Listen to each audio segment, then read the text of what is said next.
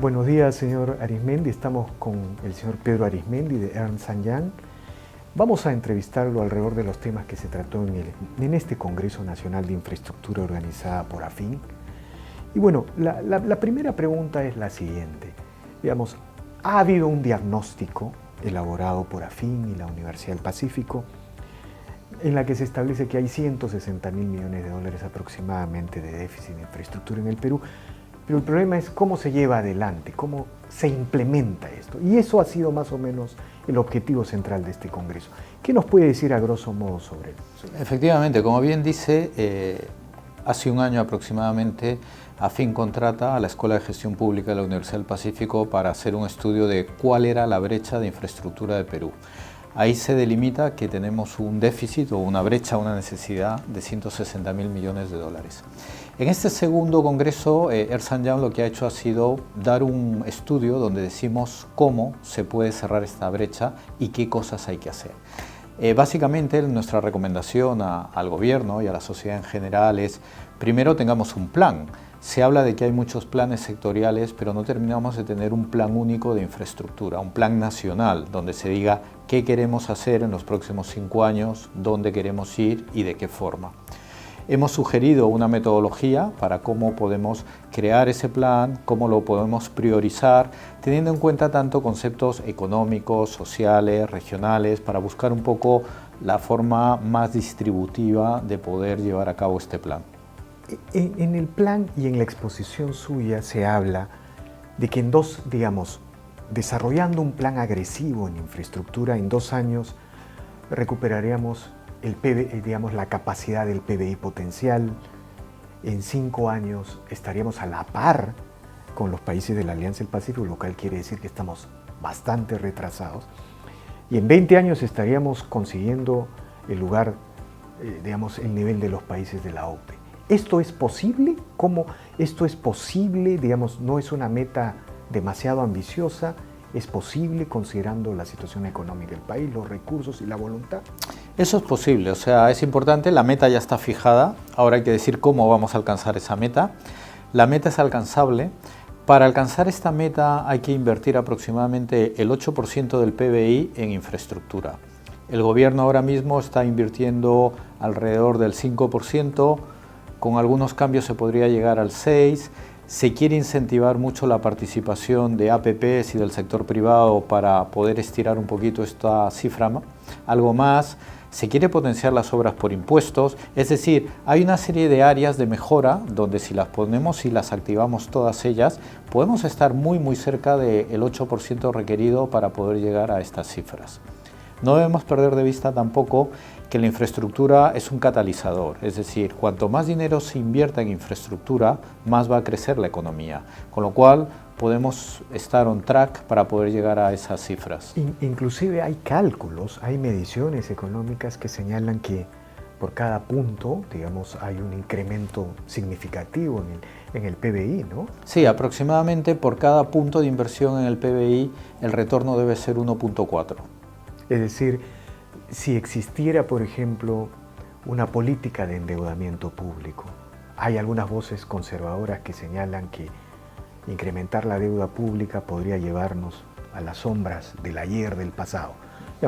Si existiese una política de endeudamiento público para lanzar un plan agresivo de infraestructura, ¿estaríamos yendo por el camino correcto o estaríamos deslizándonos a algunos errores del pasado? Es una posibilidad. Actualmente estamos en torno a un 22-23% de endeudamiento público, que es una tasa tremendamente baja. Yo no vería ningún problema en duplicar dicha tasa. Seguiríamos estando por debajo del 50%. ¿Qué es lo importante? Que las inversiones que se lleven a cabo con ese dinero sean unas inversiones inteligentes y que vayan a generar riqueza y servicios para el país. Esto es como comprarse una casa con una hipoteca, uno la va pagando a lo largo del tiempo, pero ya disfruta del bien desde el primer momento. A ir construyendo la casa, primero la sala, luego el comedor, luego el baño, por partes. Estamos en una situación donde subir un poco el endeudamiento no sería complicado, no se tiene que ver mal, pero repito, siempre y cuando se defina muy claramente a qué se va a destinar ese dinero y que ese dinero va a ir a infraestructuras que nos van a ayudar a generar riqueza. Pero digamos, en lanzar una ofensiva, un plan agresivo de infraestructura, digamos, en los próximos años, en las próximas décadas, tiene al sector privado como uno de los protagonistas principales, ¿no? El tema de las asociaciones públicas privadas. ¿Hasta cuánto, digamos, hasta cuánto es posible que esta forma de inversión pueda resolver los temas de infraestructura y cuál debería ser el papel del Estado en esta realidad? Bueno, el ministro Alfredo Torne mencionó en el evento y en otros momentos que quiere intentar llegar a que el 23,9, casi el 24% de las inversiones en infraestructuras vayan bajo la modalidad de asociaciones público-privadas. Esto sería buenísimo. Para que esto se consiga, ¿qué tiene que hacer el gobierno? Y son las recomendaciones que hemos hecho en nuestro estudio. Agilizar las APPs. Somos tremendamente lentos, somos tremendamente burocráticos, los contratos están llenos de adendas, necesitamos darle mucha más credibilidad al sistema. De ahí que la recomendación vaya por el potenciar proinversión, pero redefiniéndolo. Tenemos que rediseñar y mejorar la actividad de proinversión. Estamos llenos de sobreregulaciones. En su presentación yo leí que el Perú es primero en sobreregulaciones y en tiempo, digamos, más de 3 años, ¿no? Digamos, usted tiene una línea incluso de tiempo y tiene directa vinculación con el desarrollo de los países. Cuéntenos sobre eso, por favor. Bueno, va un poco en línea, lo comentaba anteriormente, ¿no? Somos tremendamente burocráticos, lentos y con sobreregulación. Si a esto le añadimos una supervisión quizá excesiva de la Contraloría, nos lleva a que muchas de las decisiones que deberían tomarse de una forma rápida y ágil no se toman por miedo, por el temor de que pueda haber una intervención errónea o porque no tenemos muy claro si es una decisión nuestra o de otro ministerio o de otro concedente. La idea final es que Proinversión sea el gestor principal, el que tome las decisiones, el que actúe y el que ayude a empujar, y ojalá seamos capaces de reducir estos tiempos por debajo de la mitad. Estableciendo comparaciones precisas, el Perú, digamos, es el campeón en sobreregulación y en tiempos para aprobar una OPP. Pero si comparamos con los países desarrollados, ¿cuán lejos estamos? Bueno, si nos comparamos con los países que están en el top del ranking, hay países que lo que Perú tarda 1.300 días, ellos son capaces de hacerlo en 90 o 100 días. Estamos hablando de Nueva Zelanda, del Reino Unido, de Canadá, de países que tienen ya una larga tradición y experiencia en este tema y son mucho más formales. Sin irnos más lejos, podemos ver países vecinos nuestros, como el caso de Chile, que tarda menos del 50% del tiempo que tardamos nosotros. ¿Esto qué indica? Que tenemos mucho campo para mejorar. Bueno, finalmente quería plantearle algunos temas vinculados a digamos, la infraestructura con la teoría del desarrollo, ¿no? Si yo le preguntara lo siguiente, hemos llegado a un momento de crecimiento que ya no puede continuar si es que no hay un shock de infraestructura, digamos, el Perú está llegando a un momento límite de su modelo si es que no desarrollamos un agresivo plan de inversiones en infraestructura. Bueno, lo que ocurre es que nos vamos a quedar obsoletos, es decir, estamos hablando de que tenemos un gap o una brecha de infraestructura de 160.000 millones, pero yo le podría decir que Chile tiene una brecha similar a la nuestra y sin embargo su dotación de infraestructuras es muchísimo mejor que la del Perú. Chile, ¿qué quiere? Saltar al siguiente nivel.